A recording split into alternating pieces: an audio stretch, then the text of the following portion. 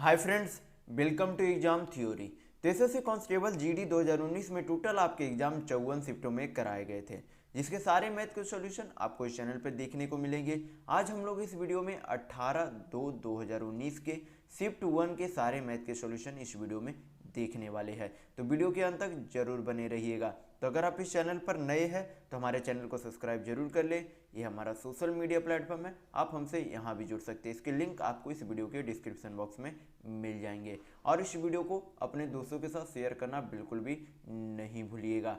ये जो है टोटल आपके एसएससी कांस्टेबल जीडी 2019 में इतनी शिफ्टों में एग्जाम आपके कराए गए थे, जिसके 11, 12, 13, 14 और 15 तारीख तक के सारे शिफ्टों के इस चैनल पर जो है मैथ के सॉल्यूशन करा दिए गए हैं। तो ये सारे वीडियो आप हमारे चैनल के प्लेलिस्ट में जाकर देख सकते हैं। आज हम लोग इस वीडियो में 18/2/2019 के शिफ्ट 1 के सारे मैथ के सॉल्यूशन देखने वाले हैं। तो चलिए बढ़ते हैं आज के प्रश्नों की ओर।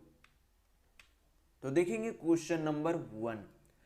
यहाँ पर दिया गया है कि एक घनाभ की लंबाई, चौड़ाई और ऊंचाई जो है कितने अनुपात में है? 4:3:2 के अनुपात में है। तो और फिर आगे दिया गया है कि यदि घनाभ का आयतन यानी कि वॉल्यूम कितना है? 1536 सेंटीमीटर क्यूब है। तो आपसे पूछा जा रहा है कि घनाभ का कुल पृष्ठीय क्षेत्रफल यानी कि टोटल सरफेस एरिया आपका क्या होगा, ये आपको बताना है। तो यहाँ पर दिया क्या गया? लंबाई, चौड़ाई और ऊंचाई का अनुपात दिया गया, उसका आयतन दिया गया और आपसे कुल क्षेत्रफल पूछा जा रहा है। तो सबसे पहले जो है आपको पता होना चाहिए कि घनाभ के यानी कि क्यूबॉइड के वॉल्यूम यानी कि आयतन का फॉर्मूला क्या होता है। तो आपको जो है सबसे पहले इसके वॉल्यूम का फॉर्मूला पता होना चाहिए। किसका फॉर्मूला पता होना चाहिए? वॉल्यूम यानी कि आयतन का फॉर्मूला पता होना चाहिए। तो इसके वॉल्यूम यानी कि आयतन का फॉर्मूला क्या होता है? आयतन का फॉर्मूला होता है लेंथ गुने ब्रेथ गुने हाइट, यानी कि लंबाई गुने चौड़ाई गुने ऊंचाई होता है। क्या होता है? लंबाई गुना चौड़ाई गुने ऊंचाई होता है किसका? क्यूबाइड यानी कि घनाभ का आयतन होता है। तो आयतन कितना दिया गया है? यहाँ पर 1536 सेंटीमीटर क्यूब दिया गया और लंबाई, चौड़ाई और ऊंचाई का जो है यहाँ पर अनुपात दिया गया। तो लंबाई क्या दिया गया? 4:3:2 अनुपात में इस तरीके से दिया गया। तो सभी को क्या मान लेंगे? 4x मान लेंगे, यहाँ पर 3x मान लेंगे, इसको 2x मान लेंगे। तो लंबाई कितना दिया गया? 4x। फिर चौड़ाई कितना दिया गया? 3x दिया गया और ऊंचाई कितना दिया गया? 2x दिया गया। यानी कि तीनों का गुणज जो है क्या होगा? वॉल्यूम यानी कि आयतन होगा। और कुल आयतन कितना दिया गया? 1536 सेंटीमीटर क्यूब दिया गया। कितना दिया गया? 1536 सेंटीमीटर क्यूब। तो क्या करेंगे? इसे हल करेंगे और यक्स का वैल्यू निकालेंगे। यक्स का वैल्यू निकालने पर सभी क्या करेंगे? यक्स का वैल्यू यहाँ पर पुट कर देंगे। तो आपका एक निश्चित वैल्यू जो है लंबाई, चौड़ाई और ऊंचाई का निकल जाएगा। तो चलिए इसे हल करते हैं। तो कितना हो जाएगा? 4×3=12। 12 से काटेंगे तो 12 से कितना बार में चला जाएगा? एक बार में 3 बचा, 12×2=24, 6×3=9, 12×8=96। फिर 2 से कटेगा तो 2 से काटेंगे कितना बार में चला जाएगा? 64 बार में चला जाएगा। तो 1x, 2x, 3x, तो कितने x बच गए? सभी गुना में है तो क्या हो जाएंगे? यहाँ पर यक्स क्यूब हो जाएंगे। क्या हो जाएंगे? आपके यक्स क्यूब हो जाएंगे। बराबर कितना है? 64 है। तो 64 जो है किसका क्यूब रूट बनता है? 64 किसका क्यूब रूट बनता है? तो 4 पर क्यूब बनता है। यानी कि यक्स क्यूब को बराबर हम लिख सकते हैं, क्या लिख सकते हैं? 4 पर क्यूब लिख सकते हैं। 64 को क्या लिख सकते हैं? 4 पर क्यूब। यानी कि यक्स का वैल्यू क्या है? 4 है। यक्स का वैल्यू आपका क्या आया? 4 आया। यानी कि हम यहाँ पर से निश्चित लंबाई, निश्चित चौड़ाई और निश्चित ऊंचाई निकाल सकते हैं। तो निश्चित लंबाई कितना हो जाएगा? लंबाई 4x था। यक्स का वैल्यू अभी कितना आ गया? 4 आया। तो 4 चक कितना हो जाएगा? 16। यानी कि 16 सेंटीमीटर जो है क्या है? घनाभ की लंबाई है। अब चौड़ाई कितना हो जाएगा? चौड़ाई कितना दिया गया है यहाँ पर? 3x था। यक्स का वैल्यू आपका क्या आया? 4 आया। तो 4 यहाँ पर वैल्यू पुट करेंगे तो कितना हो जाएगा? 4×3=12 सेंटीमीटर। यानी कि क्यूबाइड यानी कि घनाभ की चौड़ाई कितनी है? 12 सेंटीमीटर। अब ऊंचाई हम लोग निकालेंगे तो ऊंचाई कितना दिया गया था? 2x दिया गया था। यक्स का वैल्यू 4 है तो कितना हो जाएगा? 4×2=8 सेंटीमीटर। यानी कि घनाभ का जो है निश्चित लंबाई, चौड़ाई और ऊंचाई निकल गया। तो आपसे पूछा जा रहा है कि घनाभ का कुल पृष्ठीय क्षेत्रफल क्या होगा। तो ये तो आपका क्या था? वॉल्यूम यानी कि आयतन का फॉर्मूला था। अब क्या आपको पता होना चाहिए? एरिया का यानी कि क्षेत्रफल का फॉर्मूला। घनाभ के क्षेत्रफल का फॉर्मूला क्या होता है? 2LB होता है। प्लस बी एच होता है प्लस एल एच होता है। क्या होता है 2LB plus B H plus L H होता है। ये किसका क्षेत्रफल का फॉर्मूला होता है, घनाभ के क्षेत्रफल का फॉर्मूला होता है। तो हमें पूछा क्या जा रहा है, एरिया यानी कि क्षेत्रफल पूछा जा रहा है। तो क्या करेंगे, सारा वैल्यू पुट करेंगे। यहाँ पर 2 हो गया, इनटू में क्या होगा, लेंथ इनटू ब्रेथ यानी कि लंबाई गुना चौड़ाई। तो लंबाई कितना है 16, चौड़ाई कितना है 12। तो यहाँ पर क्या कर देंगे 16 इंटू 12, क्या कर देंगे 16 इंटू 12, प्लस यहाँ पर साइन है तो प्लस का साइन यहाँ पर दे देंगे। फिर आगे क्या है, ब्रेथ इंटू हाइट यानी कि चौड़ाई गुना ऊंचाई। तो चौड़ाई कितना है 12 और ऊंचाई कितना 8 है। तो कितना हो जाएगा यहाँ पर 12 इंटू 8 हो जाएगा। प्लस का साइन है तो प्लस का साइन दे देंगे। फिर क्या आगे, लेंथ इंटू हाइट यानी कि लंबाई गुना ऊंचाई है। तो लंबाई कितना दिया गया 16 सेंटीमीटर, यहाँ पर 16 सेंटीमीटर आया था। और ऊंचाई कितना है 8 है, कितना है 8 है। सभी को क्या करेंगे, गुना करेंगे, गुना करके जोड़ करेंगे, जोड़ करके यहाँ पर 2 से मल्टीप्लाई कर देंगे तो आपका क्या आ जाएगा, एरिया यानी कि क्षेत्रफल आ जाएगा। तो एरिया बराबर 2, अंदर में गुना करेंगे तो कितना हो जाएगा 16 दूनी 32, 160, अब 32 कितना हो जाएगा 192 हो जाएगा। फिर 12 ठीक कितना होता है 96 होता है। फिर प्लस का आगे साइन, 16 से 64 दूनी 128 यानी कि 16 इंटू 8 कितना होता है 128 होता है। सभी को क्या करेंगे, अंदर में जोड़ेंगे तो कितना हो जाएगा, यहाँ पर 8 2 10 यानी कि 200 200 200 320, 320 और 96 को जब जोड़ेंगे तो कितना हो जाएगा 320 और 96, तो 6 9 2 11 3 1 4 यानी कि 2 इंटू 416 करेंगे तो आपका कितना हो जाएगा 832 सेंटीमीटर स्क्वायर। कितना आता है आपका आंसर, 832 सेंटीमीटर स्क्वायर जो है इस घनाभ यानी कि क्यूबॉइड का क्षेत्रफल यानी कि एरिया आता है। तो आपका ऑप्शन नंबर यहाँ पर 1 बिल्कुल सही होगा। तो आपको ये 2 फार्मूला आपको हमेशा याद रखना है कि घनाभ का वॉल्यूम यानी कि आयतन क्या होता है, लंबाई गुना चौड़ाई गुना ऊंचाई होता है। और इसके क्षेत्रफल यानी कि एरिया का फार्मूला क्या होता है, 2 गुना लंबाई गुना चौड़ाई प्लस चौड़ाई गुना ऊंचाई प्लस लंबाई गुना ऊंचाई होता है। तो दोनों को फार्मूला आपको अवश्य याद रखना है। तो चलिए बढ़ते हैं नेक्स्ट क्वेश्चन की ओर। तो देखेंगे क्वेश्चन नंबर 2। यहाँ पर दिया गया है ग्राफ, आपका दिया गया ग्राफ में सभी विषयों के नाम दिए गए, यस 1 से लेके यस 5 तक सारे विषय दिए गए हैं। और यहाँ पर जो है छात्रों का नाम दिया गया कि P1 छात्र जो है सभी विषयों में इतने इतने अंक लाते हैं। उसी तरीके से P2 दिया गया, P3 और P4 दिया गया है। तो आपसे क्वेश्चन में पूछा क्या जा रहा है, क्वेश्चन में आपसे पूछा जा रहा है कि यस 5 तथा यस 2 विषयों के लिए प्रति छात्र औसत अंकों में अंतर क्या है। तो सभी का क्या निकालना पड़ेगा, यस 5 और यस 2 का औसत यानी कि एवरेज निकालना पड़ेगा। तो एवरेज निकालने से पहले हमें क्या निकालना पड़ेगा, यस 5 और यस 2 का योग यानी कि सम निकालना पड़ेगा। तो हम लोग क्या करेंगे, यस 5 का सबसे पहले योग यानी कि सम निकालेंगे। तो P1 यस 5 में P1 जो है छात्र जो है कितने अंक लाते हैं, तो 85 अंक लाते हैं। P2 में कितने लाते हैं, तो 70 लाते हैं। P3 छात्र जो है कितने लाते हैं 66। अब P4 जो है कितने लाते हैं 62 लाते हैं। तो सभी का क्या करेंगे, योग करेंगे। तो यहाँ पर जोड़ देते हैं तो 6 5 11, 2 कितना हो जाता है 13, हाथ में 1, 8 7 15, 21 6 27 1 28 हो जाता है। यानी कि 283 अंक जो है कुल कौन लाता है, यस 5 विषय में जो है कुल छात्र मिलाकर 283 अंक लाते। इसका औसत निकालने के लिए क्या करेंगे, 4 से डिवाइड करेंगे, क्योंकि यस 5 में जो है टोटल कितने छात्र है, 4 छात्र है। टोटल यस 5 में कितने छात्र हैं, 4 छात्र है। तो इसे किससे डिवाइड करेंगे, 4 से यानी कि 4 से डिवाइड करेंगे तो क्या निकल जाएगा, यस 5 का एवरेज यानी कि औसत निकल जाएगा।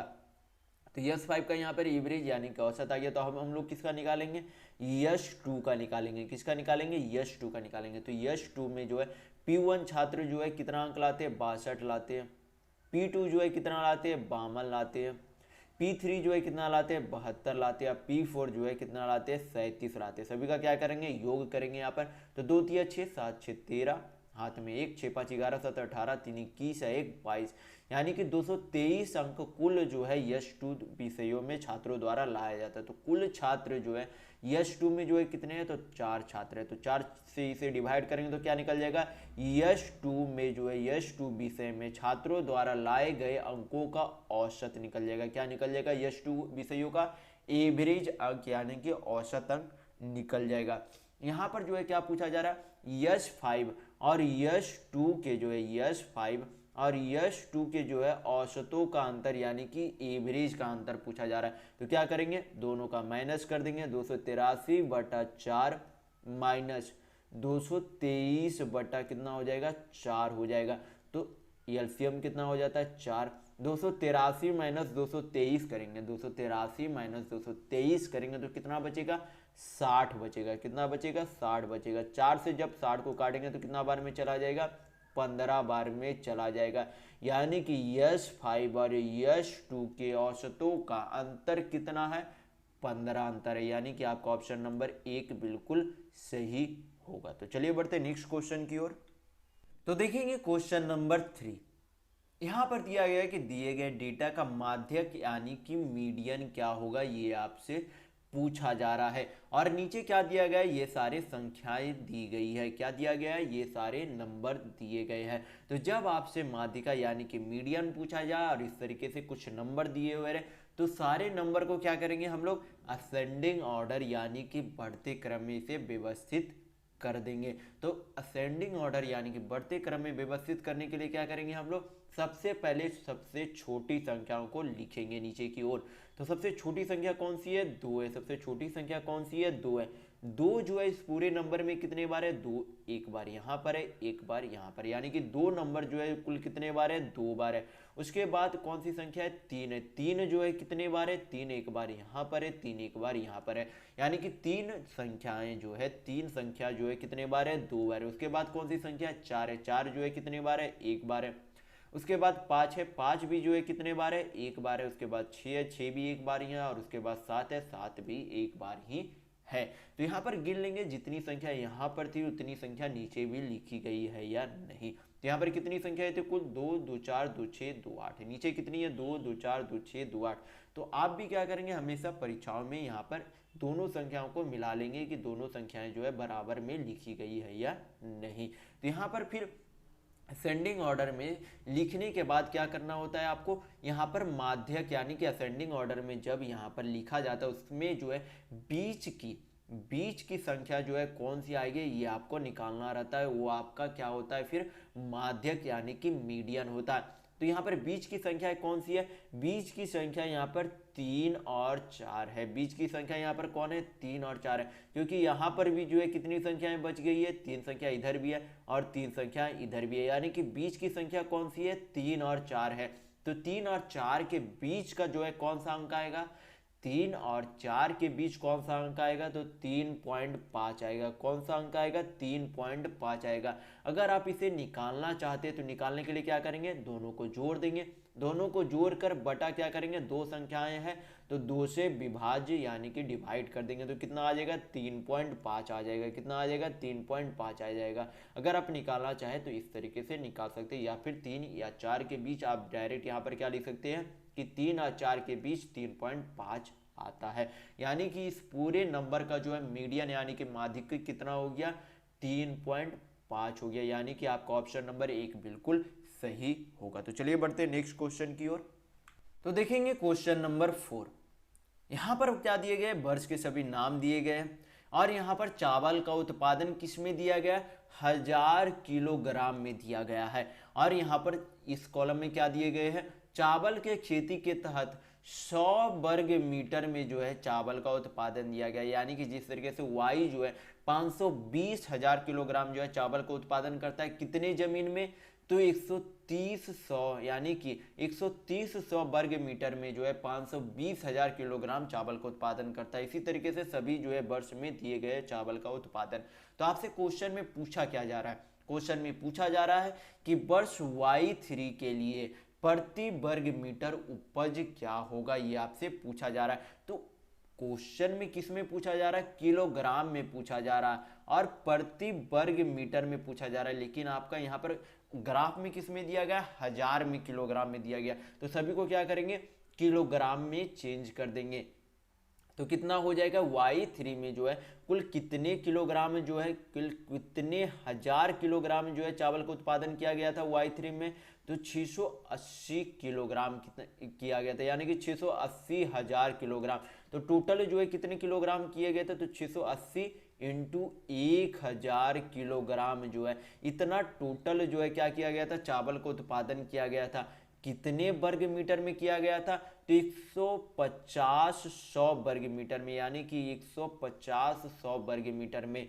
यानी कि टोटल जो है कितने वर्ग मीटर था, तो 150 इंटू 100, इतने जो है टोटल वर्ग मीटर में जो है चावल का उत्पादन किया गया था।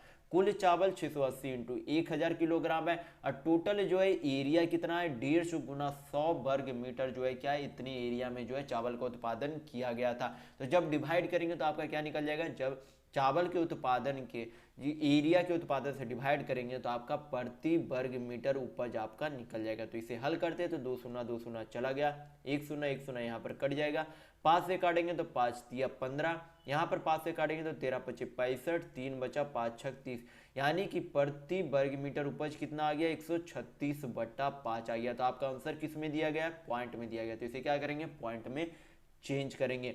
नीचे जो है क्या है, यहाँ पर 3 है, नीचे यहाँ पर क्या है 3 है, तो यहाँ पर जो है क्या करेंगे, 136 को 3 से डिवाइड करेंगे तो कितना आ जाएगा, 3 चौक 12, यहाँ पर 1 बचा तो 3 बचे 15, फिर 1 बचा, 3 तिया 9, 3 तिया 9, यानी कि 45.33 किलोग्राम, 45.33 केजी जो है क्या है, चावल का उत्पादन होता है प्रति वर्ग मीटर में। तो आपका ऑप्शन नंबर यहाँ पर 4 बिल्कुल सही होगा। तो चलिए बढ़ते हैं नेक्स्ट क्वेश्चन की ओर। तो देखेंगे क्वेश्चन नंबर 5। यहां पर बोला जा रहा है कि राशि 8 वर्षों में साधारण ब्याज से स्वयं का कितना गुना हो जाती है, 5 गुना हो जाती है। तो आपसे पूछा जा रहा है कि ब्याज का वार्षिक दर यानी कि रेट क्या होगा। क्या पूछा जा रहा है आपसे कि वार्षिक दर यानी कि एनुअल रेट क्या होगा। तो हम लोग प्रिंसिपल यानी कि मूलधन को क्या मान लेते, पी मान लेते हैं। मूलधन यानी कि प्रिंसिपल को क्या मान लिया हम लोगों ने, पी मान लिया।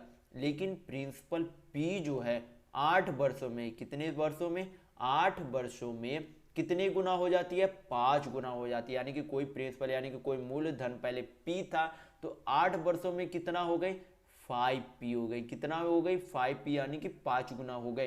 तो यहाँ पर ब्याज जो है 8 वर्षों में कितना लग गया, ब्याज यानी कि साधारण ब्याज यानी कि सिंपल इंटरेस्ट जो है कितना लग गया। तो सिंपल इंटरेस्ट निकालने के लिए अमाउंट माइनस प्रिंसिपल करते हैं, यानी कि मिश्र धन माइनस मूलधन करते हैं।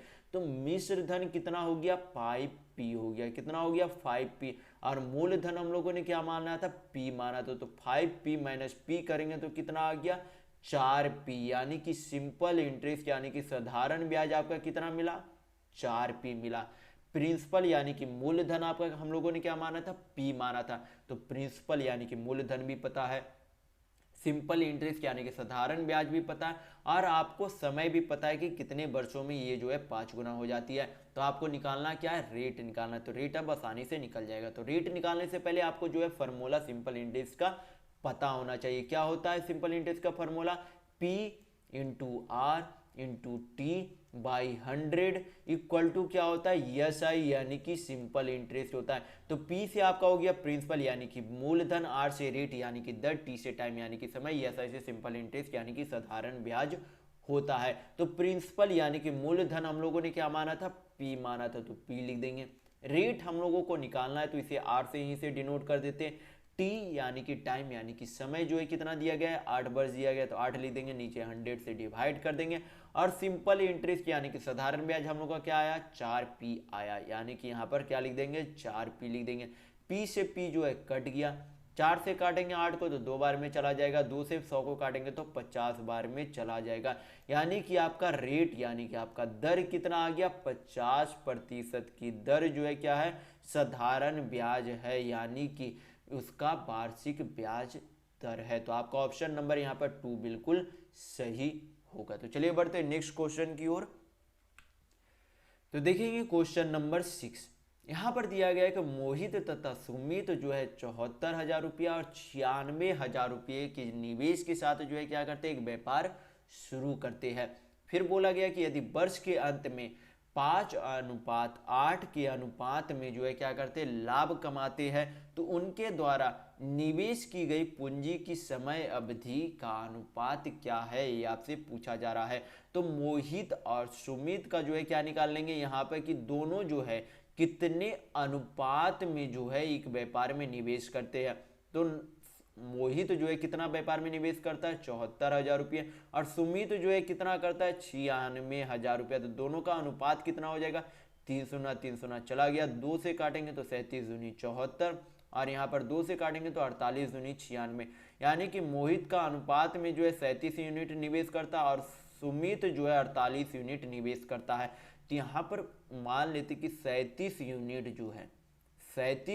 जो है मोहित जो है कितने समय के लिए निवेश करते हैं, यक्स समय के लिए निवेश करता है। मान लेते हैं कि यक्स ईयर के लिए या फिर यक्स महीने के लिए निवेश करता है, और सुमित जो है 48 यूनिट जो है व्यापार में कितने समय के लिए निवेश करता है, वाई समय के लिए निवेश करता है। तो दोनों का अनुपात यानी कि दोनों का जब गुना करेंगे उसी अनुपात में आपका क्या होगा, लाभ का अनुपात होगा, यानी कि प्रॉफिट का अनुपात होगा। तो प्रॉफिट का अनुपात कितना है 5:8 है, तो इसे क्या लिख सकते हैं 5/8 लिख सकते हैं। तो यहाँ पर कैलकुलेट करेंगे तो आपका क्या आ जाएगा, यक्स और वाई का वैल्यू आ जाएगा। तो यक्स और वाई का वैल्यू आ जाएगा तो आपका क्या होगा, वही अनुपात जो आपके क्या होंगे, निवेश के जो है समय, निवेश के मोहित और सुमित के जो है निवेश जो है कितने समय के लिए किए गए थे वो आपका अनुपात निकल जाएगा। तो यहाँ पर इसे हल करते हैं तो कितना बार में चला जाएगा, 8 × 48 हो गया। अब बाकी नहीं कट रहा तो इसे क्या लिख देंगे, X by Y cross multiplication करेंगे तो 6 × 25 कितना हो जाएगा 30 हो जाएगा, नीचे कितना हो जाएगा 37 हो जाएगा। यानी कि मोहित और सुमित जो है उस रकम को जो है 30:37 के अनुपात समय में जो है क्या करते हैं, निवेश करते हैं, यानी कि आपका ऑप्शन नंबर 4 बिल्कुल सही होगा। तो चलिए बढ़ते हैं नेक्स्ट क्वेश्चन की ओर। तो देखेंगे क्वेश्चन नंबर 7।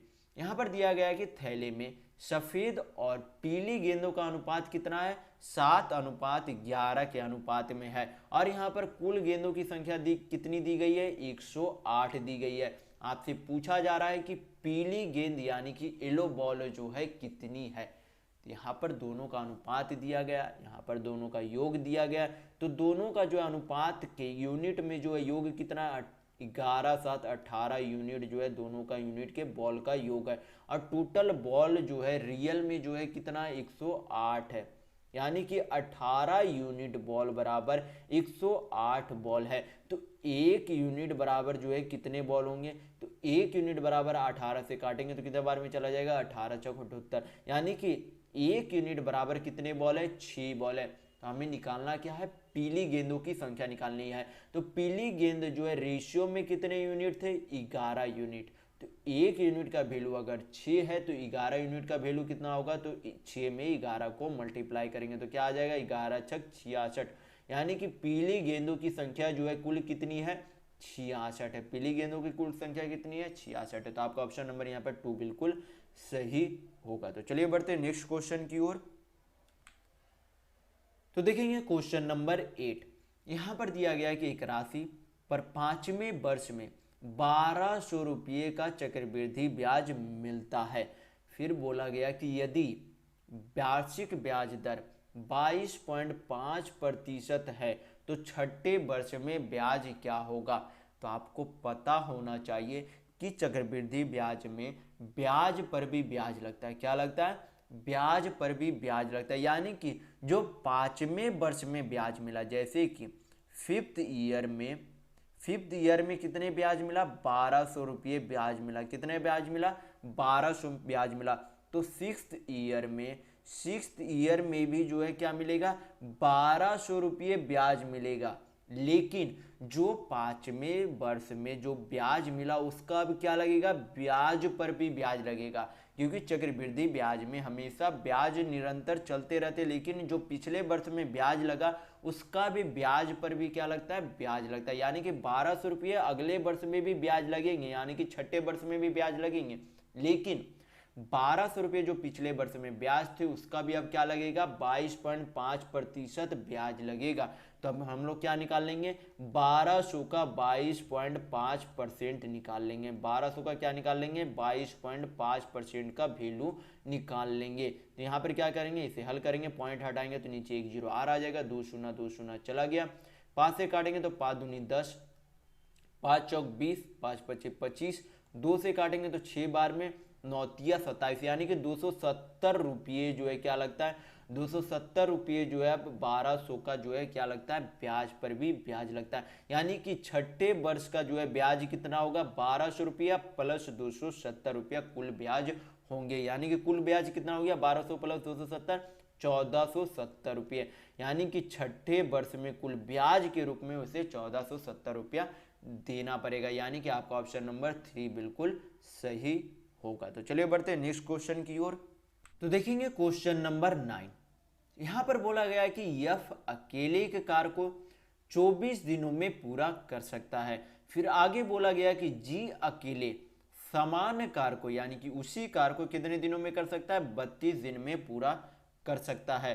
तो आगे आपसे बोला गया है कि यफ तथा जी मिलकर कार्य जो आरंभ करते, परंतु जी जो है कार्य समाप्त होने से 8 दिन पहले ही जो है क्या कर देता है, कार्य को छोड़ देता है।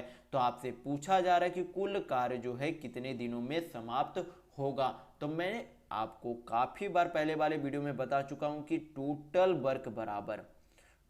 वर्क बराबर क्या होता है, इफिशियंसी इनटू टाइम होता है। टोटल वर्क यानी कि आपका हो गया कुल कार्य, इफिशियंसी यानी कि कार्य क्षमता, टी यानी कि टाइम यानी कि समय होता है। तो सबसे पहले हम लोग क्या करेंगे, एफ और जी की कार्य क्षमता यानी कि इफिशियंसी निकालेंगे। तो एफ जो है किसी कार्य को जो है यानी कि उस कार्य को कितने दिनों में करता है, 24 दिन में पूरा करता है। और जी जो है उसी काम को कितने दिनों में करता है, 32 दिनों में करता है। तो क्या करेंगे, 24 और 32 का सबसे पहले एलसीएम लेंगे। तो 24 और 32 का एलसीएम कितना होता है, 96 होता है। कितना होता है, 96 होता है। तो 96 को 24 से डिवाइड करेंगे तो कितना आ जाएगा, 4 आ जाएगा। यानी कि एफ की कार्य क्षमता कितनी है, 4 है। एफ की कार्य क्षमता कितनी है, 4 है। और 96 को जब 32 से भाग देंगे तो कितना आ जाएगा, 3 आ जाएगा। यानी कि जी की जो है कार्य क्षमता कितनी है, 3 है। जी की कार्य क्षमता कितनी है, 3 है। तो यहाँ पर हम लोग आगे क्या करेंगे, आगे हम लोगों को करना ये है कि टोटल काम जो है एफ और जी के द्वारा जो है करना कितना था, 96 काम। एफ और जी के द्वारा जो है टोटल काम करना कितना था, 96 काम करना था। लेकिन जी जो है 8 दिन पहले काम को छोड़कर चला गया। जी जो है क्या किया, 8 दिन पहले उस काम को छोड़कर चला गया। तो जी जो है एक दिन में कितने काम करता है, 3 काम करता है। जी एक दिन में कितने काम करता है, 3 काम करता है। तो अगर जी 8 दिन वो काम छोड़कर नहीं जाता और 8 दिन तक जो है 8 दिन और जो है वो काम करते रहता, तो टोटल जो है वो कितने काम करता, 8 दिनों में, एक दिन में अगर 3 काम करता है तो 8 दिन में कितने काम करता, टोटल 24 और काम करता। यानी कि जी जो है 8 दिन पहले कार्य छोड़ दिया और यफ जो है अंतिम तक कार्य करके 96 काम को पूरा कर दिया। लेकिन अगर जी उसमें और शामिल रहता तो 24 और काम क्या कर देता, और उसमें जो है पूरा हो जाते। क्या हो जाते, 24 और काम पूरा हो जाते। और पूरा दोनों मिलकर जो है कितने दिनों तक जो है काम करता, दोनों मिलकर जो है कितने दिनों तक काम करेगा। तो दिन निकालने के लिए टोटल जो है क्या करेंगे, टोटल इफिशियंसी यहाँ पर निकालना पड़ेगा। तो टोटल इफिशियंसी यहाँ पर कितना है, एफ और जी का 4 और 3 7 है। तो 7 से यहाँ पर क्या कर देंगे, डिवाइड कर देंगे। तो ऊपर आपका क्या हो गया, टोटल वर्क हो गया यानी कि कुल कार्य हो गया। नीचे आपका क्या हो गया, टोटल इफिशियंसी यानी कि टोटल आपका कार्य क्षमता हो गया। तो आपका क्या निकल जाएगा, टाइम यानी कि समय निकल जाएगा। तो इसे जोड़ देंगे तो कितना हो जाएगा, 9 2 11 6 4 10 यानी कि 120/7 दिन जो है क्या लगा था, दोनों को मिलकर जो है काम करने में लगा था। अगर बी 8 दिन पहले कार्य छोड़कर चला जाता है। तो आपका ऑप्शन नंबर यहाँ पर 2 बिल्कुल सही होगा। तो चलिए बढ़ते हैं नेक्स्ट क्वेश्चन की ओर। तो देखेंगे क्वेश्चन नंबर 10। यहां पर दिया गया है कि एक दिन में 2 घंटे कार्य करके पी जो है एक कार्य को 10 दिन में पूरा कर सकता है। फिर बोला गया कि तथा एक दिन में 5 घंटे कार्य करके क्यू जो है समान कार्य को 6 दिन में पूरा कर सकता है। तो आपसे पूछा जा रहा है कि एक दिन में 3 घंटे कार्य करके पी तथा क्यू दोनों मिलकर जो है समान कार्य को कितने दिनों में पूरा कर सकता है, ये आपसे पूछा जा रहा है। तो हम लोग क्या करेंगे, सबसे पहले पी और क्यू की कार्य क्षमता यानी कि इफिशियंसी निकालेंगे। तो आपको ये पता होना चाहिए कि man into days into hour बराबर आपका क्या होता है टोटल वर्क यानी कि कुल कार्य होता है। यम से हो गया मैन यानी कि आदमियों की संख्या, डेज यानी कि दिनों की संख्या, यच यानी कि घंटों की संख्या, और तीनों का गुना के बराबर क्या होता है टोटल वर्क यानी कि कुल कार्य होता है। तो मान लेंगे मैन यहाँ पर क्या है पी है, मैन यहाँ पर क्या है पी है, यानी कि पी जो है एक कार्य को कितने दिनों में करता है 10 दिनों में करता है, और कितने घंटे रोज करता है तो 2 घंटे रोज करता है। तो ये क्या हो गया पी द्वारा किए गए कुल कार्य हो गए। उसी तरीके से क्यू जो है उस काम को कितने दिनों में पूरा करता है तो 6 दिनों में पूरा करता है, और रोज जो है कितने घंटे काम करता है 5 घंटे काम करता है। तो इधर भी आपका क्या हो गया कुल कार्य यानी कि टोटल वर्क हो गया, और दोनों का कुल कार्य जो आपस में क्या होगा बराबर होगा, क्योंकि दोनों क्या कर रहे हैं एक ही काम को कर रहे हैं, दोनों क्या कर रहे हैं एक ही काम को कर रहे हैं, तो दोनों का कुल कार्य क्या होगा बराबर होगा। तो इसे हल करते हैं तो आपका क्या निकल जाएगा इफिशियंसी यानी कि कार्य क्षमता निकल जाएगी। तो इसे हल करते हैं तो 5 दूनी 10 हो जाएगा, 2 से काटेंगे 2 तिया 6 हो जाएगा, यानी कि P बाई क्यू बराबर जो है कितना आएगा 3/2 आएगा, यानी कि P जो है 3 की कार्य क्षमता से काम करता है और Q जो है 2 की कार्य क्षमता से काम करता है। तो आपसे पूछा जा रहा है P और Q मिलकर जो है दोनों मिलकर 3 घंटे अगर प्रतिदिन काम करते हैं तो उस काम को कितने दिनों में समाप्त करते हैं। तो P और Q मिलकर जो है दोनों मिलकर कितने काम करेंगे एक दिन में, तो 3 2 5 काम करेंगे, यानी कि दोनों का टोटल इफिशियंसी कितना हो गया 5 हो गया। यानी कि मैन की जगह यहाँ पर इफिशियंसी भी आप मान सकते हैं, मैन की जगह पर आप क्या मान सकते हैं उसका इफिशियंसी। तो P और Q मिलाकर जो है कितने की इफिशियंसी यानी कि कार्य क्षमता से काम करता है 5 की कार्य क्षमता से काम करता है।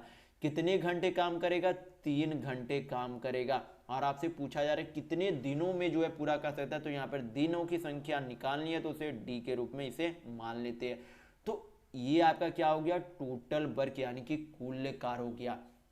तो कुल कार्य क्या होगा बराबर होगा, किसके बराबर होगा किसी भी, यानी कि या तो इसके कार्य के बराबर होगा या तो इसके कार्य के, या दोनों कार्य के जो है बराबर होगा। तो क्या करेंगे P का वैल्यू या फिर Q का वैल्यू जो है पुट करके कोई भी एक इक्वेशन यहाँ पर इसके बराबर लिख देंगे। तो हम लोग क्या करेंगे यहाँ पर P का वैल्यू लिखते हैं, तो P जो है कितने इफिशियंसी से करता है 3 की इफिशियंसी से, 10 दिन में करता है, 2 घंटे प्रतिदिन काम करता है। तो इधर भी आपका क्या हो गया टोटल वर्क हो गया, दोनों एक ही कार्य को कर रहे हैं तो दोनों का टोटल वर्क यानी कि कुल कार्य समान होगा। तो अब क्या करेंगे इसे हल करेंगे, तो 5 से काटेंगे तो 5 दूनी 10 हो गया, 3 से 3 चला गया, यानी कि डेज बराबर यानी कि दिनों की संख्या कितनी आ गई 4 आ गया, यानी कि P और Q मिलकर उस काम को जो है 4 दिनों में पूरा कर देंगे। तो आपका ऑप्शन नंबर यहाँ पर 1 बिल्कुल सही होगा। तो चलिए बढ़ते हैं नेक्स्ट क्वेश्चन की ओर। तो देखेंगे क्वेश्चन नंबर 11, यहाँ पर दिया गया है कि 12 डिब्बों का औसत वजन कितना है 63 किलोग्राम है, 12 डब्बों का औसत वजन कितना है 63 किलोग्राम है। फिर बोला गया कि 70 किलोग्राम औसत वजन वाले 4 डिब्बे को क्या कर दिया जाता है हटा दिया जाए। तो पूछा जा रहा है कि बचे हुए डिब्बे का नया औसत वजन क्या होगा, ये आपसे पूछा जा रहा है। तो सबसे पहले हम लोग क्या करेंगे 12 डिब्बों का कुल वजन यानी कि टोटल वेट निकाल लेंगे। तो 12 डिब्बों का कुल वजन कितना हो जाएगा, तो 12 इंटू क्या करेंगे 63 करेंगे, तो 12 इंटू 63 करेंगे तो कितना आ जाएगा 12 छक 72, 12 तिया 36, यानी कि टोटल कितना हो जाएगा 756 केजी, यानी कि 12 डिब्बों का कुल वजन कितना है 756 केजी है। उसमें से बोला गया कि 70 किलोग्राम वाले 4 डिब्बे को जो है क्या कर दिया गया निकाल दिया गया, यानी कि हटा दिया गया।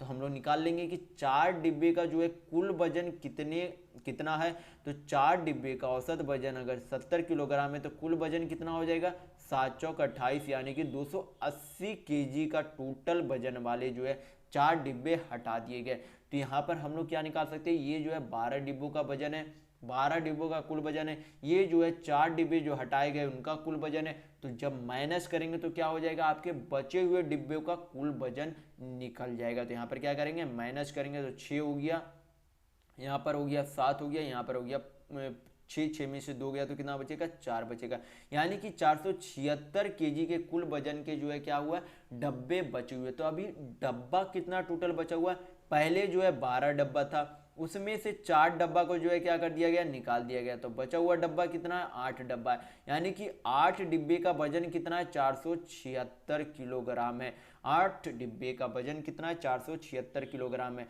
तो हमें निकालना क्या है, नए यानी कि बचे हुए डिब्बे का जो है औसत वजन निकालना है। तो 8 डिब्बे का अगर 476 किलोग्राम है तो एक डिब्बे का वजन निकालने के लिए क्या करेंगे, 8 से डिवाइड करेंगे, यानी कि इसका औसत निकालने के लिए क्या करेंगे, 8 से डिवाइड करेंगे। तो 8 से डिवाइड करेंगे तो कितना आ जाएगा, 8 पचे 40, 7 बचा तो 8 नंबर 72, 4 बचा तो 8 पचे 40, यानी कि 59.5 केजी जो है क्या है, बचे हुए डब्बे का औसत वजन है। यानी कि आपका ऑप्शन नंबर 1 बिल्कुल सही होगा। तो चलिए बढ़ते नेक्स्ट क्वेश्चन की ओर। तो देखेंगे क्वेश्चन नंबर 12। यहाँ पर 3 नंबर दिए गए, 5, 10, 20 और उसका पूछा जा रहा है कि महत्तम समावर्तक यानी कि एचसीएफ क्या होगा, ये आपसे पूछा जा रहा है। तो यहाँ पर आपको साफ दिख रहा है कि 5, 10 और 20 का एचसीएफ कितना होगा, 5 होगा। कितना होगा एचसीएफ, यानी कि महत्तम समावर्तक कितना होगा, 5 होगा। लेकिन जब आपकी संख्याएं बड़ी होगी, जब आपकी संख्या इतनी आसान नहीं होगी, बड़ी होगी, तब इसे हम लोग क्या करेंगे, तब इसे जो आपको फैक्टर के रूप में तोड़ना पड़ेगा, जिससे कि आप आसानी से महत्तम समावर्तक यानी कि एचसीएफ निकाल पाए। तो इसी संज्ञा से मैं आपको बता देता हूं किस तरीके से फैक्टर में तोड़ा जाता है। तो 5 का फैक्टर कितना होगा, 5 ही होगा। 10 का फैक्टर क्या हो जाएगा, 5 दूनी 10 हो जाएगा। कितना हो जाएगा, 5 दूनी 10 हो जाएगा। 20 का जो है कितना हो जाएगा फैक्टर, तो 20 का हो जाएगा आपका फैक्टर 5 इंटू 2 पे पावर 2। तो यहाँ पर जो है तीनों में कॉमन क्या दिख रहा है, तीनों में आपको कॉमन दिखना है। तो तीनों में कॉमन क्या दिख रहा है, 5 दिख रहा है। तो यही आपका क्या हो जाएगा, एचसीएफ हो जाएगा। यानी कि 5 ही आपकी क्या हो जाएगी, एचसीएफ हो जाएगी। तो जब आपकी संख्याएं बड़ी दी गई हो तो आप इसे फैक्टर के रूप में तोड़कर एचसीएफ यानी कि महत्तम समावर्तक निकाल सकते हैं। तो आपका यहाँ पर आंसर कौन सा होगा, आपका ऑप्शन नंबर 3 यानी कि 5 इसका एचसीएफ होगा। तो चलिए बढ़ते हैं नेक्स्ट क्वेश्चन की ओर। तो देखेंगे क्वेश्चन नंबर 13। यहां पर बोला गया कि मोहित 3 रुपये प्रति अंडे की दर से खरीदता है तथा 5 रुपये प्रति अंडे की दर से उन्हें जो है बेच देता है। तो पूछा जा रहा है कि 35 अंडे बेचने पर लाभ प्रतिशत क्या होगा। तो सबसे पहले यहां पर बोला गया कि 3 रुपये प्रति अंडे खरीदता है, 5 रुपये में बेच देता है। तो टोटल जो है एक अंडे बेचने पर प्रॉफिट कितना होता है, 3 रुपये में खरीदता है, 5 में बेच देता है। तो प्रॉफिट कितने रुपये का हो रहा है, यानी कि लाभ कितने का हो रहा है, 2 रुपये का हो रहा है एक अंडे के बेचने पर। तो 35 अंडे बेचेगा तो कुल लाभ कितना हो जाएगा, 35 अंडे जब बेचेगा तो कुल लाभ कितना हो जाएगा, 35 दूनी 70 रुपये। यानी कि जब 35 अंडे को बेचेगा तो उसका कुल लाभ 70 रुपये का होगा। तो यहाँ पर आपसे क्या पूछा जा रहा है, लाभ प्रतिशत यानी कि प्रॉफिट परसेंटेज पूछा जा रहा है। तो यहाँ पर प्रॉफिट हमें पता चल गया। तो हमें अब निकालना क्या है, टोटल सीपी यानी कि कुल क्रय मूल्य निकालना है। क्योंकि लाभ प्रतिशत यानी कि प्रॉफिट परसेंटेज आप हमेशा किस में निकालते हैं, सीपी पर निकाला जाता है। तो सीपी जो है हमें क्या करना पड़ेगा, निकालना पड़ेगा। तो टोटल सीपी यानी कि कुल क्रय मूल्य जो है कितना हो जाएगा, तो 3 रुपये प्रति अंडे की दर से खरीदता है, 35 अंडे जो है क्या कर देता है, बेचता है। यानी कि 35 अंडे वो खरीदा था, तो 35 अंडे का जो है क्रय मूल्य कितना हो जाएगा, 35 तिया कितना हो जाता है, 105 रुपये। यानी कि 105 रुपये में खरीदा था, 70 रुपये का लाभ हुआ। तो पूछा जा रहा है कि प्रॉफिट परसेंट क्या होगा। तो प्रॉफिट परसेंट निकालने के लिए क्या करेंगे, ऊपर प्रॉफिट लिखेंगे यानी कि लाभ लिखेंगे, नीचे क्या लिखेंगे, क्रय मूल्य लिखेंगे और इसे परसेंट में चेंज करने के लिए 100 से मल्टीप्लाई करेंगे। तो इसे अब हल कर लेते हैं। तो यहाँ पर काटेंगे तो कितना बार में चला जाएगा, 14 25 70 हो गया।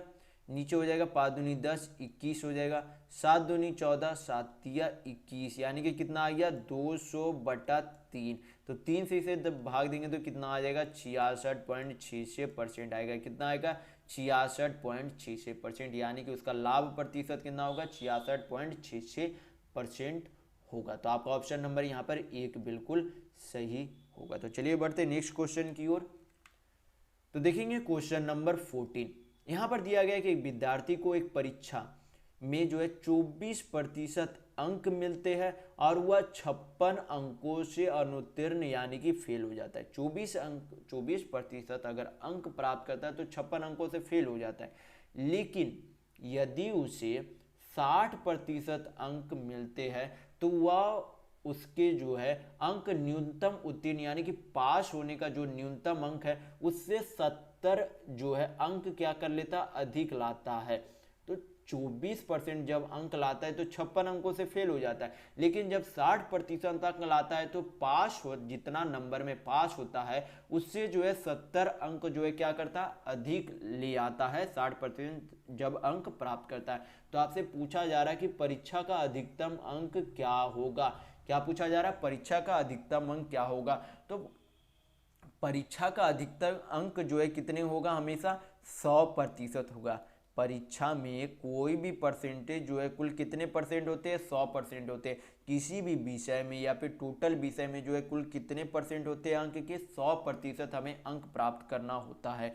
तो यहाँ पर जो है 24% जब अंक प्राप्त करता है तो 56 अंकों से फेल हो जाता है, 60% अंक प्राप्त करता है तो 70 नंबर अधिक लाता है। यानी कि जब दोनों के परसेंटेज में जितना अंतर होगा उतना जो है ये दोनों के योग के बराबर होगा। क्या मैं बोल रहा हूं यहां पर कि दोनों जो है परसेंट में जितना अंतर होगा ये दोनों के अंकों के योग के बराबर होगा। तो यहां पर क्या करेंगे, दोनों के परसेंट में अंतर निकालेंगे। तो दोनों के परसेंट में अंतर कितना है, तो दोनों के परसेंट में अंतर 60 - 24 करेंगे तो 36% का अंतर है। यानी कि 36% बराबर जो है कितना अंक हो जाएगा, 36% बराबर कितना अंक हो जाएगा, तो टोटल अंक कितना है, 7 × 5 = 12 यानी कि 126 अंक है। 26% बराबर कितना अंक है, 126 अंक है। हमसे पूछा क्या जा रहा है, अधिकतम अंक। तो अधिकतम अंक कितने होते हैं, हमेशा 100% होते हैं। तो हमें क्या निकालना है, 100% का अंक निकालना है। तो 100% का अंक निकालने के लिए क्या करेंगे, 1% का अंक निकालेंगे। तो यहाँ पर इसे पहले हल करते हैं। 4 से काटेंगे तो 4 9 36, 4 से यहाँ पर नहीं कट रहा है तो 6 2 8 1 9, यहाँ पर 9 से कट जाएंगे। तो यहाँ पर क्या करेंगे, 9 से काटेंगे तो 9 चौक 36, यहाँ पर 9 1 3 बचा, 9 चौक 36, 2 से काटेंगे तो 2 सते, यानी कि 2% बराबर जो है कितना अंक है, 7 अंक है। हमें कितना चाहिए, 100% का अंक चाहिए। तो दोनों तरफ क्या कर देंगे, 50 से गुना कर देंगे। दोनों तरफ क्या कर देंगे, 50 से गुना कर देंगे। तो इधर क्या हो गया, 100% अंक। तो 100% बराबर कितना हो गया, 350, यानी कि 7 × 5 = 35 हो गया। यानी कि 100% बराबर कितना है, 350 अंक है। यानी कि अधिकतम अंक जो है कितना अंक है, 350 नंबर है। यानी कि आपका ऑप्शन नंबर 3 बिल्कुल सही होगा। तो चलिए बढ़ते हैं नेक्स्ट क्वेश्चन की ओर। तो देखेंगे क्वेश्चन नंबर 15। यहां पर दिया गया है कि एक बाइक 56 किलोमीटर प्रति घंटा की गति से एक निश्चित दूरी को जो है 16 घंटे में तय करती है। तो आपसे पूछा जा रहा है कि 64 किलोमीटर प्रति घंटा की गति से समान दूरी को तय करने में कितना समय लगेगा। तो सबसे पहले हम लोगों को क्या निकालना पड़ेगा कि कितने दूरी यानी कि कितना डिस्टेंस जो है हमें क्या करना है, ट्रैवल करना है। तो दूरी निकालने के लिए क्या किया जाता है, आपको याद रखना है कि दूरी बराबर क्या किया जाता है, दूरी बराबर चाल इंटू समय होता है। दूरी बराबर क्या होता है, चाल इंटू समय होता है। और समय बराबर क्या होता है, समय बराबर आपका होता है दूरी बटा चाल होता है। समय बराबर आपका क्या होता है, दूरी बटा चाल होता है। दोनों आपके एक ही फार्मूला है, दोनों को अलग अलग तरीके से लिखा गया है। तो आप चाहे तो दोनों याद रख सकते हैं या फिर एक भी याद रखेंगे तो आपका काम चल जाएगा। तो सबसे पहले हमें निकालना क्या है, दूरी निकालना है कि उसके द्वारा एक बाइक जो है 56 किलोमीटर प्रति घंटा के जाता है तो 16 घंटे में कितनी दूरी तय करता है। तो दूरी बराबर क्या होता है, चाल इंटू समय। जो चाल कितना है, 56 किलोमीटर प्रति घंटा, कितने समय चलता है, तो 16 घंटे चलता है। तो ये आपका क्या निकल गया, कुल दूरी निकल गया। तो हमें अब निकालना क्या है, समय निकालना है। समय किस हिसाब से निकालना है कि कुल दूरी जो है 64 किलोमीटर प्रति घंटा के हिसाब से जो है कितना समय लेगा। तो कुल दूरी यहाँ पर कितना है, 56 × 16, और नया चाल कितना आया, 64 आया। यानी कि ऊपर क्या हो गया आपका कुल दूरी, नीचे आपका क्या हो गया, नया चाल हो गया। तो आपका क्या निकल जाएगा, समय यानी कि नया टाइम निकल जाएगा। तो इसे हल करते हैं तो 16 चौक कितना हो गया, 64 हो गया। 4 से काटेंगे तो 56 को कितना बार में चला जाएगा, 14 चौक 56 हो जाएगा। यानी कि 64 किलोमीटर प्रति घंटा के हिसाब से जाने पर उस दूरी को जो है तय करने में कितना समय लगता है, 14 घंटे का समय लगता है। यानी कि आपका ऑप्शन नंबर 3 बिल्कुल सही होगा। तो चलिए बढ़ते हैं नेक्स्ट क्वेश्चन की ओर। तो देखेंगे क्वेश्चन नंबर 16। यहाँ पर दिया गया है कि एक ठोस घनाभ की लंबाई, चौड़ाई तथा ऊंचाई जो है कितना है, 20 सेंटीमीटर, 16 सेंटीमीटर और 12 सेंटीमीटर ऊंचाई है। तो आपसे फिर बोला गया कि घनाभ को, यदि घनाभ को पिघलाकर 4 सेंटीमीटर वाले समान घन बनाए जाते हैं तो समान घनों की संख्या कितनी होगी। तो आपको पता होना चाहिए, जब पिघलाकर किसी और शेप में उसे बनाया जाता है तो हमेशा किस चीज़ को बराबर किया जाता है, वॉल्यूम यानी कि आयतन को बराबर किया जाता है। तो सबसे पहले आपको घनाभ यानी कि क्यूबाइड का जो है वॉल्यूम यानी कि आयतन पता होना चाहिए। तो घनाभ का आयतन क्या होता है, लेंथ गुने ब्रेथ गुने हाइट, यानी कि लंबाई गुने चौड़ाई गुने ऊंचाई होता है। क्या होता है, लंबाई गुने चौड़ाई गुना ऊंचाई होता है किसका, घनाभ का। तो अब हमें किसका और फार्मूला पता होना चाहिए, घन का भी अब जो है क्या पता होना चाहिए, वॉल्यूम यानी कि आयतन पता होना चाहिए। तो घन का आयतन क्या होता है, घन का आयतन होता है आपका साइड यानी कि भुजा का क्यू होता है। क्या होता है, भुजा का क्यू होता है। तो ये दोनों फार्मूला आप याद रखेंगे कि घनाभ का वॉल्यूम यानी कि आयतन क्या होता है, लंबाई गुना चौड़ाई गुना ऊंचाई, और घन का आयतन क्या होता है, भुजा का क्यू यानी कि साइड का क्यू होता है। तो यहाँ पर क्या करेंगे, घनाभ का आयतन बराबर घन के आयतन गुना जो है मान लेंगे कि यक्ष घन बनाए जाते हैं। तो क्या करेंगे, सबसे पहले घनाभ यानी कि क्यूबाइड का आयतन निकाल लेते। तो क्या करेंगे, लंबाई कितना दिया गया, 20 दिया गया, चौड़ाई कितना दिया गया, 16 दिया गया, ऊंचाई कितना दिया गया, 12 सेंटीमीटर दिया गया है। उससे जो है क्या बनाया जाता है, घन बनाया जाता है। घन की जो है भुजा कितनी दी गई है, 4 सेंटीमीटर की दी गई है, यानी कि 4 का क्यू करेंगे तो कितना हो जाएगा, 4 चौक 16 चौक 64। तो मान लेंगे 64 आयतन वाले, 64 सेंटीमीटर क्यू आयतन वाले जो है यक्ष क्यूब बनाए जाते हैं, यानी कि यक्ष घन बनाए जाते हैं। तो दोनों का आयतन क्या हो जाएगा, बराबर हो जाएगा, क्योंकि इतने आयतन के बराबर ही जो है इतने घन बनाए जाते हैं। तो दोनों का आयतन क्या हो जाएगा, बराबर हो जाएगा। तो इसे हल करेंगे तो क्या हो जाएगा, नंबर ऑफ क्यूब यानी कि घनों की संख्या आ जाएगी। तो इसे हल करते तो कितना बार में चला जाएगा, 16 चौक 64 हो गया, 4 तिया 12 हो गया, यानी कि घनों की संख्या कितनी हो जाएगी, 20 तिया 60। यानी कि जब घनाभ को पिघलाकर घन बनाया जाएगा तो उस घन की संख्या कितनी होगी, 60 संख्या होगी। तो चलिए बढ़ते हैं नेक्स्ट क्वेश्चन की ओर। तो देखेंगे क्वेश्चन नंबर 17। यहाँ पर दिया गया है कि पहली वस्तु पर 18% की छूट का मान तथा दूसरी वस्तु पर 13% की छूट के मान के बराबर है। तो आपसे पूछा जा रहा है कि दोनों वस्तुओं के अंकित मूल्य का अनुपात क्या है। तो आपको पता होना चाहिए कि छूट हमेशा किस में दी जाती है, मार्क्ड प्राइस यानी कि अंकित मूल्य में दी जाती है। छूट हमेशा किस में दी जाती है, मार्क्ड प्राइस यानी कि अंकित मूल्य में दी जाती है। यानी कि पहली वस्तु का मार्क्ड प्राइस का 18%, क्योंकि मार्क्ड प्राइस में ही क्या दी जाती है, छूट दी जाती है। यानी कि छूट जो 18% दी गई है वो क्या है, मार्क्ड प्राइस यानी कि निश्चित मूल्य का जो है क्या है, अंकित मूल्य का जो है क्या है, 18%। यानी कि पहले वस्तु का 18% दूसरे वस्तु का 13% के बराबर है। क्या है, पहले वस्तु के मार्क्ड प्राइस का 18% यानी कि अंकित मूल्य का 18% दूसरे वस्तु के अंकित मूल्य के 13% के बराबर है, क्योंकि छूट हमेशा किस में दी जाती है, मार्क्ड प्राइस में दी जाती है। तो यहाँ पर क्या हो जाएगा, परसेंट चला गया।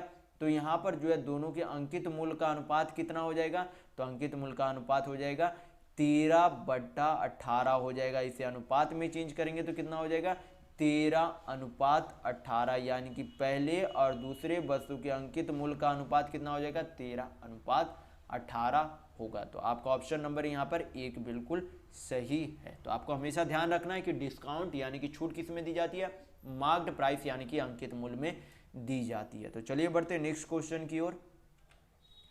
तो देखेंगे क्वेश्चन नंबर 18। ये सिंप्लीफिकेशन का क्वेश्चन है। बॉडमास थ्योरम में काफ़ी बार आपको पहले वाले में वीडियो में बता चुका हूँ कि क्या होता है। बॉडमास थ्योरम होता है BODMAS।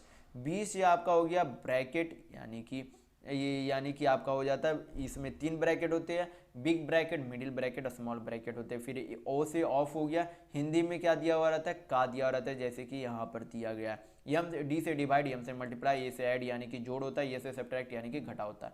जो पहले दिया गया आपका वो पहले उसे हल करेंगे, यानी कि ब्रैकेट को पहले हल करेंगे, उसके बाद ऑफ, उसके बाद डिवाइड, उसी तरीके से बाद में सारा हल कर देंगे। तो चलिए सिंप्लीफिकेशन को क्या करते हैं, हल करते हैं। तो यहाँ पर क्या करेंगे, सारा इधर का जो इतना क्या करेंगे, सिंप्लीफाई कर देंगे। तो क्या हो जाएगा यहाँ पर 3 इंटू 1500 बटा क्या हो जाएगा, 40 हो जाएगा। 1500 बटा क्या हो जाएगा, 40 हो जाएगा। प्लस का साइन है तो प्लस का साइन दे देंगे। 5 क्या है, 5 भागा 2/7 का 70 है। तो सबसे पहले जो है का हल किया जाता है, तो का हल करेंगे तो 7 दहें क्या हो जाएगा, 70 हो जाएगा। क्या है फिर अब यहाँ पर जो है पूरा हल करने पर कितना आ गया, 2 यहाँ पर है, 10 यहाँ पर है, यानी कि टोटल 20 आ गया। तो अब क्या हो गया, 5 भागा 20 हो गया। तो भाग को जब गुना में चेंज करेंगे तो क्या हो जाएगा, सामने वाली संख्या उल्टा हो जाती है, यानी कि 20 को 1/20 लिखेंगे। तो क्या करेंगे, अब सारा हल करेंगे तो आपका इस सिंप्लीफिकेशन का आंसर आ जाएगा। तो इसे हल करते हैं तो क्या हो जाएगा, 5 चौक 20 हो जाएगा। यहाँ पर हल करेंगे तो यहाँ पर 1 शून्य 1 शून्य चला गया, और यहाँ पर जो इतना रहने देंगे तो कितना हो जाएगा, 15 तिया 45, साढ़े 400 बटा 4 हो गया, प्लस 1/4 हो गया। तो इसे जोड़ेंगे तो कितना हो जाएगा, 451/4 हो जाएगा। क्या हो जाएगा, 451/4, यानी सिंप्लीफिकेशन का आंसर कितना आ रहा है, 451/4। तो आपका ऑप्शन नंबर 1 बिल्कुल सही होगा। तो चलिए बढ़ते हैं नेक्स्ट क्वेश्चन की ओर। तो देखेंगे क्वेश्चन नंबर 19। यहाँ पर दिया गया है कि राजू अपनी समान गति का 3/4 से यात्रा करता है तथा अपने दफ्तर जो है समान समय से 24 मिनट देरी में पहुंचता है। तो राजू जो है समान गति का 3/4 से चलता है, यानी कि राजू जो है 3 से चल रहा है, लेकिन उसका जो है चाल कितना है, 4 है। चल कितने से रहा है, 3 से चल रहा है, लेकिन उसका जो है समान चाल क्या है, 4 चाल है। तो चाल का उल्टा क्या होता है, चाल का उल्टा क्या होता है, समय होता है। आपको ध्यान रखना होगा कि चाल का उल्टा क्या होता है, समय होता है। यानी कि 3:4 के अनुपात में अगर चाल है राजू का, तो समय कितना होगा, 4:3 के अनुपात में जो है क्या हो जाएगा, समय हो जाएगा। तो आपको ध्यान रखना होगा कि चाल का उल्टा क्या होता है, समय होता है। यानी कि यहाँ पर बोला गया है कि अगर वो समान समय में से जो है कितना लेता है, 24 मिनट अधिक लेता है, यानी कि 24 मिनट जो है देरी से पहुंचता है अगर 3 की चाल से जाता है। तो पूछा जा रहा है आपसे कि यदि राजू अपनी समान गति से यात्रा करता है तो उसके द्वारा अपने दफ्तर पहुंचने में कितना समय लगेगा। तो समान चाल कौन सा है, 4 चाल है। समान समय क्या हो जाएगा, 3 हो जाएगा। समान चाल अगर 4 है तो समान समय भी क्या होगा, इसके सामने वाले 3 होंगे। लेकिन दोनों के समय में जो है अंतर कितना हो जाता है, 1 यूनिट का अंतर हो जाता है। ये अगर 4 यूनिट समय लेता है, 3 के चाल से जाता है तो 4 यूनिट समय लेता है, लेकिन जब 4 के यूनिट से जाता है तो 3 यूनिट जो है समय लेता है। तो दोनों के समय में अंतर कितना हो गया, 1 यूनिट। 1 यूनिट बराबर यहाँ पर कितना दिया गया, 24 मिनट दिया गया। कितना दिया गया, 24 मिनट दिया गया। लेकिन यहाँ पे पूछा जा रहा है कि समान समय क्या है। तो समान चाल अगर 4 है तो समान समय भी जो है क्या होगा, 3 होगा। यानी कि 1 यूनिट बराबर अगर 24 मिनट है तो 3 यूनिट बराबर कितने मिनट हो जाएंगे, तो 24 तिया 72 मिनट होगा। यानी कि समान चाल से अगर वो चलता है तो 72 मिनट में वो अपने गंतव्य स्थान पर पहुंच जाएगा। यानी कि आपका ऑप्शन नंबर 2 बिल्कुल सही होगा। तो चलिए बढ़ते हैं नेक्स्ट क्वेश्चन की ओर। तो देखेंगे क्वेश्चन नंबर 20। ये आपका सिंप्लीफिकेशन क्वेश्चन है। बॉडमास थ्योरम मैं आपको इस वीडियो में बता चुका हूँ कि क्या होता है। तो सबसे पहले हम लोग क्या करेंगे, यहाँ पर स्मॉल ब्रैकेट का सारा हल करेंगे। तो स्मॉल ब्रैकेट का हल करेंगे तो नीचे क्या हो जाएगा, एलसीएम 3 2 6 का एलसीएम हो जाएगा 6। तो 3 दूनी 6 तो 4 दूनी 8, 2 तिया 6 तो ऊपर 3 हो गया प्लस 1। तो 8 1 9, 9 में से 3 गया तो 6 क्या बचेगा, 6/6 यानी कि 1। यानी कि स्मॉल ब्रैकेट का सारे का अंदर का वैल्यू क्या हो जाएगा, 1 हो जाएगा। तो क्या है आगे, 75 है, भाग है 25 है, का है 1 है। यानी कि सबसे पहले जो है का हल किया जाता है तो 25 इंटू 1 करेंगे तो क्या हो जाएगा, 25 हो जाएगा। तो क्या बचेगा, 75 भागा 25 बचेगा। क्या बचेगा, 75 भागा 25। तो 75 को जब 25 से भाग देंगे तो कितना आएगा, 3 आएगा। यानी कि सिंप्लीफिकेशन का पूरा आंसर कितना आएगा, 3 आएगा। तो चलिए बढ़ते हैं नेक्स्ट क्वेश्चन की ओर। तो देखेंगे क्वेश्चन नंबर 21। यहाँ पर बोला जा रहा है कि एक बेलन का वक्र पृष्ठ क्षेत्रफल यानी कि लेटरल सरफेस एरिया कितना है, 110 सेंटीमीटर स्क्वायर है। फिर बोला गया कि यदि बेलन की ऊंचाई कितनी है, 5 सेंटीमीटर है, तो इसके आधार का व्यास यानी कि डायमीटर क्या होगा, ये आपसे पूछा जा रहा है। तो बेलन का वक्र पृष्ठ क्षेत्रफल सबसे पहले आपको क्या होना चाहिए, पता होना चाहिए कि बेलन के वक्र पृष्ठ क्षेत्रफल यानी कि लेटरल सरफेस एरिया का फॉर्मूला क्या होता है। तो लेटरल सरफेस एरिया का बेलन का क्या होता है फॉर्मूला, 2πr(h) होता है। क्या होता है, 2πr(h) होता है किसके, बेलन का यानी कि सिलेंडर का वक्र पृष्ठ क्षेत्रफल यानी कि लेटरल सरफेस एरिया का फॉर्मूला होता है। तो यहाँ पर इससे हमें क्या प्राप्त हो जाएगा, यहाँ से हम लोग r यानी कि त्रिज्या निकाल सकते हैं, क्योंकि ऊंचाई दी गई है, यहाँ पर वक्र पृष्ठ क्षेत्रफल टोटल दिया गया है, तो हम यहाँ पर से क्या निकाल सकते हैं, रेडियस निकाल सकते हैं यानी कि त्रिज्या निकाल सकते हैं। तो त्रिज्या निकाल लेंगे तो हम लोगों को व्यास निकालना आसान होगा। तो यहाँ पर क्या करेंगे, सारा वैल्यू को पुट करेंगे। तो जो है यहाँ पर फॉर्मूला क्या था, 2 पाई को क्या लिख सकते हैं, 22/7 लिख सकते हैं। त्रिज्या यानी कि रेडियस कितना दिया गया, रेडियस हमें निकालना है, तो उसे r से ही रहने देंगे, यहाँ पर डिनोट कर देंगे।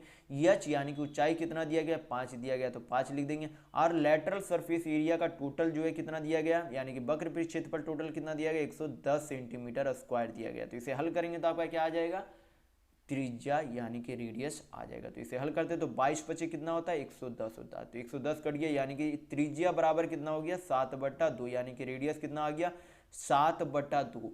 तो हमें निकालना क्या है, व्यास निकालना है। तो व्यास कितना होता है, 2r होता है। क्या होता है, 2r यानी कि 2 त्रिज्या बराबर, यानी कि यहाँ से यहाँ तक ये त्रिज्या है, तो ये आपका क्या हो गया, रेडियस हो गया। डायमीटर यानी कि व्यास आपका क्या हो जाता है, 2r हो जाता है। एक r यानी कि टोटल 2r होता है। तो हमें पूछा क्या जा रहा है, व्यास यानी कि डायमीटर पूछा जा रहा है। तो 2r बराबर दोनों तरफ क्या करेंगे, 2 से गुना कर देंगे, तो 2 2 आपका कट गया, यानी कि 2r बराबर जो है कितना हो जाएगा, 7 सेंटीमीटर हो जाएगा। यानी कि बेलन का व्यास जो है कितना हो जाएगा, 7 सेंटीमीटर होगा। तो आपका ऑप्शन नंबर 4 बिल्कुल सही होगा। तो चलिए बढ़ते हैं नेक्स्ट क्वेश्चन की ओर।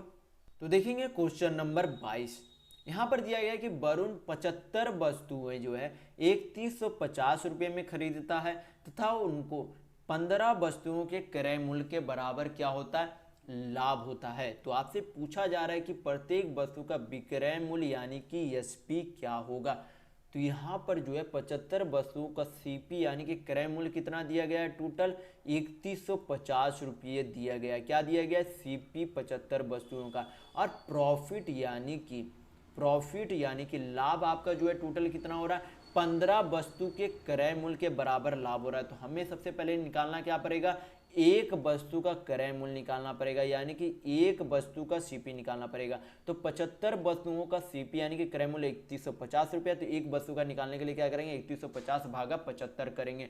और ये क्या हो गया, एक वस्तु का सीपी यानी कि क्रय मूल्य निकल गया। तो 15 वस्तुओं का क्रय मूल्य निकालने के लिए क्या करेंगे, क्योंकि 15 वस्तुओं के क्रय मूल्य के बराबर ही तो लाभ हो रहा है, तो क्या करेंगे, एक वस्तु का अगर प्रॉफिट, एक वस्तु का अगर सीपी 3150/75 है, तो 15 वस्तु का सीपी यानी कि क्रय मूल्य निकालने के लिए क्या करेंगे, 15 से गुना करेंगे। तो इसे हल करते हैं तो 15 पची कितना हो गया, 75 हो गया। 5 से काटेंगे तो कितना बार में चला जाएगा, 5 6 30 हो गया, 5 3 15, यानी कि 630 रुपये का टोटल जो है क्या होता है, लाभ होता है। 630 रुपये का क्या होता है, लाभ होता है। 3150 रुपया अगर सीपी यानी कि क्रय मूल्य था, 630 रुपये का लाभ होता है। तो यहाँ पर आपका क्या हो जाएगा, टोटल एसपी यानी कि कुल विक्रय मूल्य हो जाएगा। सीपी आपका 3150 है, प्रॉफिट आपका 630 रुपये का, तो यहाँ पर आपका क्या निकल जाएगा, एसपी यानी कि कुल विक्रय मूल्य निकल जाएगा। तो इसे हल जोड़ते हैं तो यहाँ पर 0 हो गया, 5 3 हो गया, 8 हो गया, 31 अच्छी कितना हो गया, 37 हो गया। यानी कि 3780 रुपया जो है क्या है, टोटल एसपी यानी कि कुल विक्रय मूल्य है। कितने वस्तु का, 75 वस्तु का जो है कुल विक्रय मूल्य है। इसे हम लोग क्या करेंगे, हल करेंगे कि एक वस्तु का जो है विक्रय मूल्य कितना होगा। तो एक वस्तु का विक्रय मूल्य निकालने के लिए क्या करेंगे, 75 से इसे डिवाइड करेंगे। तो इसे हल करते हैं तो 5 से काटेंगे तो कितना बार में चला जाएगा, 15 पचे 75, 5 से यहाँ पर काटेंगे तो 5 से 35, 2 बचा, 5 पचे 25, 5 6 30 हो गया। 15 से यहाँ पर जो है डिवाइड कर देते तो 15 पची कितना होता है, 15 पचे 75 हो गया, यहाँ पर 0 हो जाएगा, फिर 60 हो जाता है तो कितना हो जाएगा, 15 चौक 60, यानी कि एक वस्तु का विक्रय मूल्य यानी कि एसपी कितना होगा, 50.4 रुपये का एक विक्रय मूल्य होगा। यानी कि आपका ऑप्शन नंबर 2 बिल्कुल सही होगा। तो चलिए बढ़ते हैं नेक्स्ट क्वेश्चन की ओर। तो देखेंगे क्वेश्चन नंबर 23। यहाँ पर दिया गया है कि राम, सीता और सलमा जो है क्या करते हैं, एक व्यापार शुरू करते हैं। कितने कितने रुपये लगाते हैं, 16,000 रुपया राम लगाता है, 22,000 रुपये सीता लगाती है और 18,000 रुपये जो है सलमा निवेश करते हैं।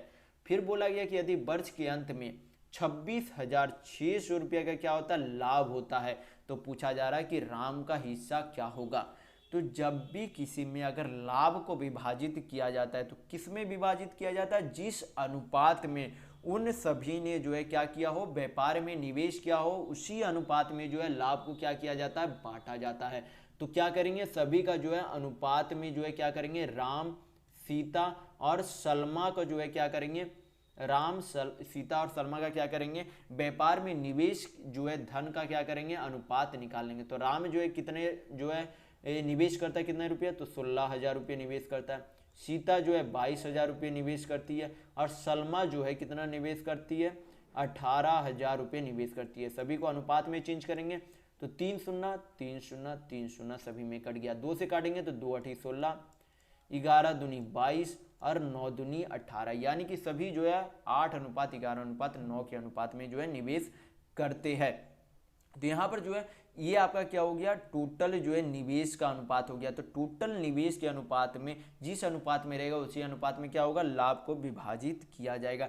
तो टोटल जो है यहाँ पर कितने जो है अनुपात में, टोटल अनुपात जो है कि यहाँ पर कितना हो जाएगा, तो 11 9 20 8 28, यानी कि 28 यूनिट बराबर जो है कितना लाभ है, 28 यूनिट बराबर जो है कितना लाभ है, 26,600 रुपया। कितना है, 26,600 रुपया। तो इसे हल करते हैं तो कितना हो जाएगा, 7 चौक 28 हो गया, 7 या 21 हो गया, 7 या 28 56 हो गया, 2 शून्य हो गया, 4 से कटा तो 4 से काट देंगे, 4 9 36, 4 5 20, यानी कि 1 यूनिट बराबर जो है कितने का लाभ होता है, 950 रुपये का। तो हमें निकालना किसका हिस्सा है, राम का हिस्सा। तो राम का जो है कितने यूनिट का हिस्सा है, 8 यूनिट जो है हिस्सा लाभ का मिलता है, यानी कि 1 यूनिट बराबर अगर 950 रुपया, तो राम को जो है लाभ में से जो है कितने रुपए मिलेगा, तो 1 यूनिट बराबर 950 है, तो 8 यूनिट बराबर कितना होगा, तो 8 से गुना कर देंगे 950 में। जिससे गुना करते हैं तो 8 25 40, 2 शून्य हो जाएगा, 4 9 8 72, 4 76, यानी कि 7600 रुपया जो है राम को लाभ के रूप में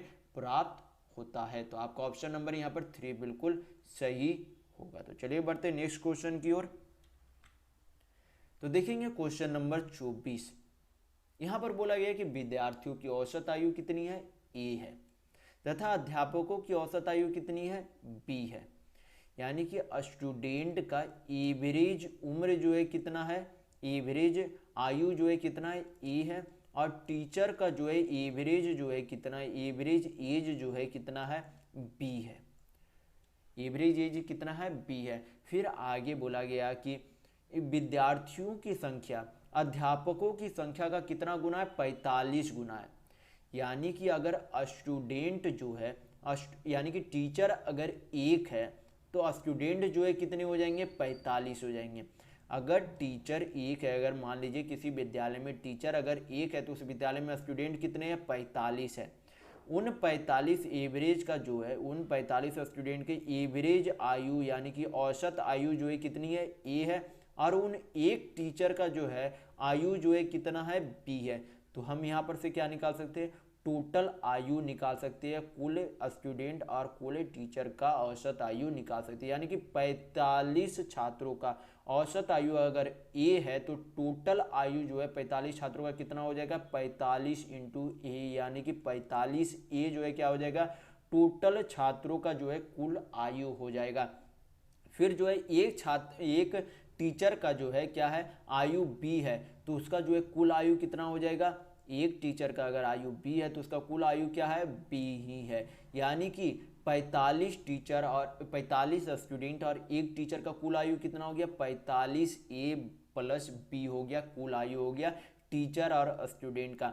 कुल जो है आदमियों की संख्या यानी कि टीचर और स्टूडेंट मिलाकर कुल जो है कितने हैं, 45 स्टूडेंट है और एक टीचर है। यानी कि औसत निकालने के लिए, क्योंकि यहाँ पर पूछा जा रहा है कि विद्यार्थियों तथा अध्यापकों को मिलाकर दोनों का औसत क्या है, तो यहाँ पर ऊपर में क्या आ गया आपका, कुल उम्र आ गया किसका, कुल स्टूडेंट और कुल टीचर का, और नीचे जो है कुल मिलाकर टीचर और स्टूडेंट टोटल जो है कितने हैं, तो 45 स्टूडेंट है, एक टीचर है, यानी कि 46 जो है क्या है टोटल यहाँ पर जो है आदमियों की संख्या। तो आपका क्या निकल गया, विद्यार्थियों और अध्यापकों का कुल मिलाकर जो है औसत आयु निकल गया। औसत आयु आपका क्या है 45A + B/46 जो है आपका क्या है औसत आयु आ गया, यानी कि एवरेज एज आ गया। तो आपका ऑप्शन नंबर यहाँ पर एक बिल्कुल सही होगा। तो चलिए बढ़ते नेक्स्ट क्वेश्चन की ओर।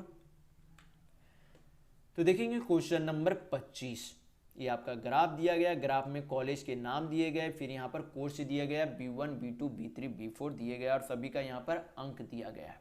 तो आपसे क्वेश्चन में पूछा क्या जा रहा है, क्वेश्चन में बोला जा रहा है कि कॉलेज C3 तथा C4 में दाखिल लेने वाले छात्रों की कुल संख्या में अंतर क्या है। तो हमें करना क्या होगा, C3 और C4 का योग निकालकर उनका जो है अंतर यानी कि डिफरेंस निकालना पड़ेगा। तो सबसे पहले हम लोग क्या करेंगे, C3 का योग निकालेंगे कि C3 जो है कोर्स B1 कॉलेज C3 में जो है टोटल कोर्सों में जो है कितना अंक जो है प्राप्त किए हैं, यानी कि कितना जो है छात्र जो है दाखिल हुए हैं। तो यहाँ पर जो है C3 में जो है कितने हैं, C3 कॉलेज में जो है B1 के जो है छात्र कितने हैं, तो 72 है, B2 के जो है कितने हैं 54 है, B3 के आपके 88 है, अब B4 के आपके कितने हैं 125 है। सभी को क्या करेंगे जोड़ेंगे, तो 8 5 13 4 17 2 19, हाथ में 1, 7 5 12 दूनी 24 और 8 कितना होता है 24, 8 32 है 1 33 होता है, यानी कि C3 में टोटल जो है छात्रों की संख्या कितनी है 339 है। अब क्या निकालना है, C4 के छात्रों की कुल संख्या निकालेंगे C4 कॉलेज में। तो B1 में जो है कितना है 76 है, B2 में 52 है, B3 में आपका 75 है, B4 में आपका 120 है। सभी को क्या करेंगे जोड़ेंगे, तो 6 2 8 5 13, हाथ में 1, 7 5 12 12 दूनी 24, 24 और 7 कितना होता है 31 है, 1 32, यानी कि C4 में जो है छात्रों की कुल संख्या कितनी है, C4 कॉलेज में 323 छात्र है। दोनों में क्या पूछा जा रहा है, दोनों का अंतर पूछा जा रहा है। तो क्या करेंगे 339 माइनस 323 करेंगे, तो कितना हो जाएगा अंतर, 7 इधर 9 उधर, यानी कि 9 7 16, यानी कि C3 और C4 में कुल छात्रों का जो है अंतर कितना है 16 छात्रों का अंतर है, यानी कि आपका ऑप्शन नंबर यहाँ पर 2 बिल्कुल सही होगा। तो चलिए इस वीडियो में बस इतना ही। अगर आपको वीडियो पसंद आया तो लाइक कीजिएगा, नए हैं तो चैनल को सब्सक्राइब जरूर कर लीजिएगा। ये हमारा सोशल मीडिया प्लेटफॉर्म है, आप हमसे यहाँ भी जुड़ सकते हैं। इसके लिंक आपको इस वीडियो के डिस्क्रिप्शन बॉक्स में मिल जाएंगे, और इस वीडियो को अपने दोस्तों के साथ शेयर करना बिल्कुल भी नहीं भूलिएगा, ताकि उन्हें भी इस वीडियो से लाभ मिल सके। तो इस वीडियो में बस इतना ही, मिलते हैं अगले वीडियो में, तब तक के लिए धन्यवाद।